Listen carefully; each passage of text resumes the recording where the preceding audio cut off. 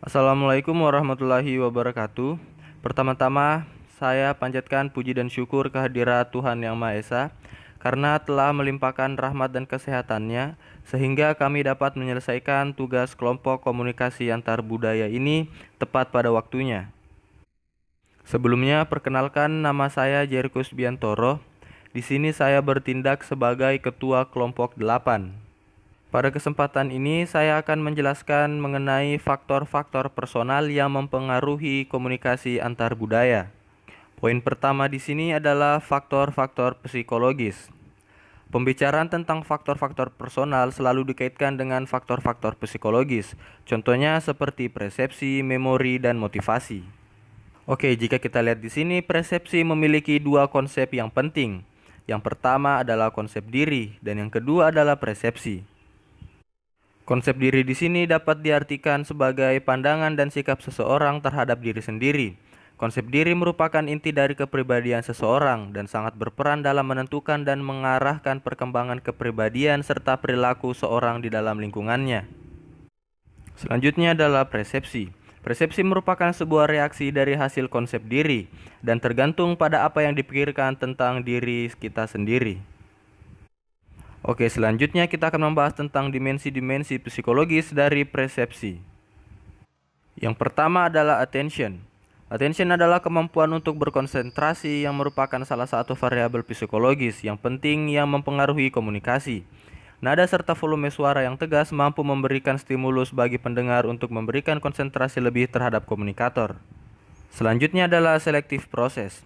Adalah proses di mana setiap individu menentukan berbagai pesan secara selektif, di mana psikologisnya hanya tertarik terhadap pesan yang familiar. Kemampuan setiap individu tidaklah sama, hanya orang-orang yang dengan tingkat perhatian yang lebih tinggi saja yang mungkin akan tertarik terhadap masukan dari luar.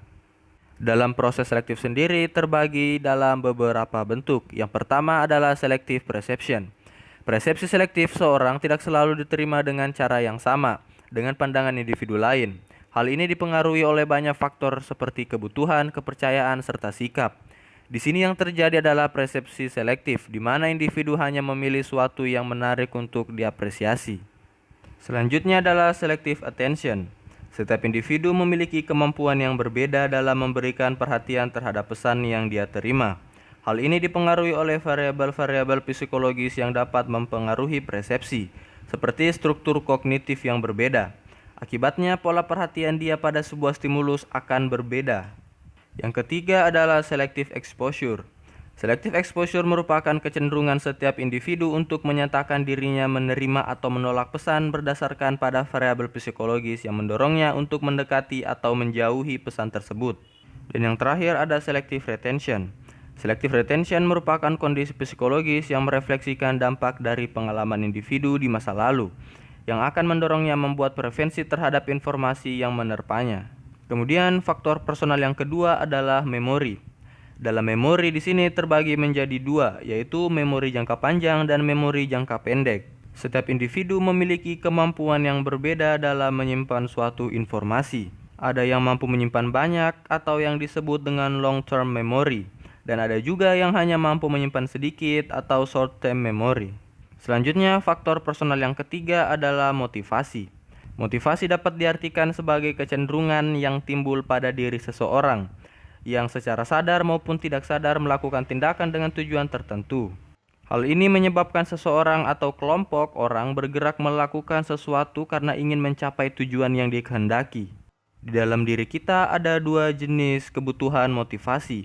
Yang pertama adalah kebutuhan fisik dan yang kedua adalah kebutuhan psikologis. Selanjutnya adalah kebutuhan fisiologis. Kebutuhan paling dasar pada setiap orang adalah kebutuhan fisiologis, yakni kebutuhan untuk mempertahankan hidup secara fisik. Kebutuhan-kebutuhan itu seperti kebutuhan akan makan, minum, tempat tinggal, tidur, dan oksigen. Dan kemudian bagaimana cara untuk memenuhi kebutuhan tersebut? Adalah dengan melakukan komunikasi. Jenis kebutuhan berikutnya adalah kebutuhan sosiologis, yang dimana manusia selalu mencari perasaan aman, terhindar dari bahaya, keselamatan dan ancaman rasa takut di hidupnya, serta rasa dibutuhkan oleh masyarakat. Untuk itu, dengan adanya hubungan yang baik sesama manusia, kebutuhan sosiologis dapat terpenuhi dengan baik. Kebutuhan manusia lainnya adalah kebutuhan psikologis, yakni kebutuhan untuk memperoleh penghargaan, status, dan kebutuhan untuk mengaktualisasikan diri dan terlibat penuh dengan orang lain.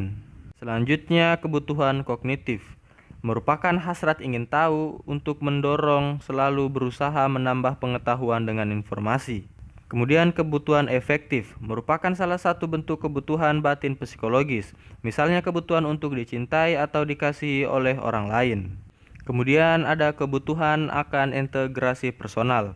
Kebutuhan ini tercipta karena adanya perasaan manusia untuk mempertahankan dirinya dalam suatu situasi yang memungkinkan pribadinya terintegrasi. Selanjutnya adalah kebutuhan akan integrasi sosial.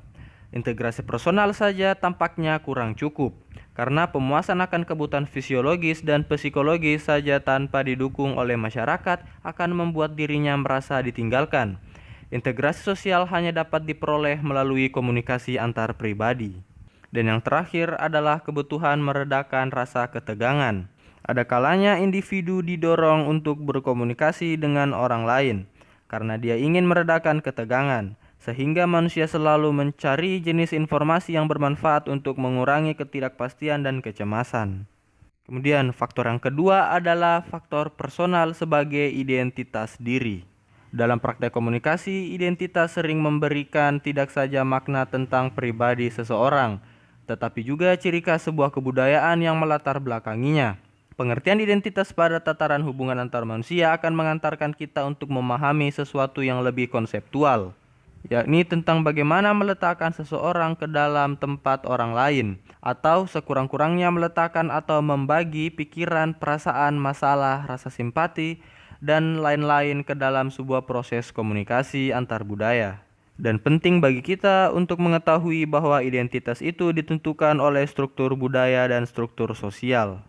Secara sederhana, yang dimaksud dengan identitas budaya adalah rincian karakteristik atau ciri-ciri sebuah kebudayaan yang dimiliki oleh sekelompok orang yang kita ketahui batas-batasnya, tatkala dibandingkan dengan karakteristik atau ciri-ciri kebudayaan orang lain.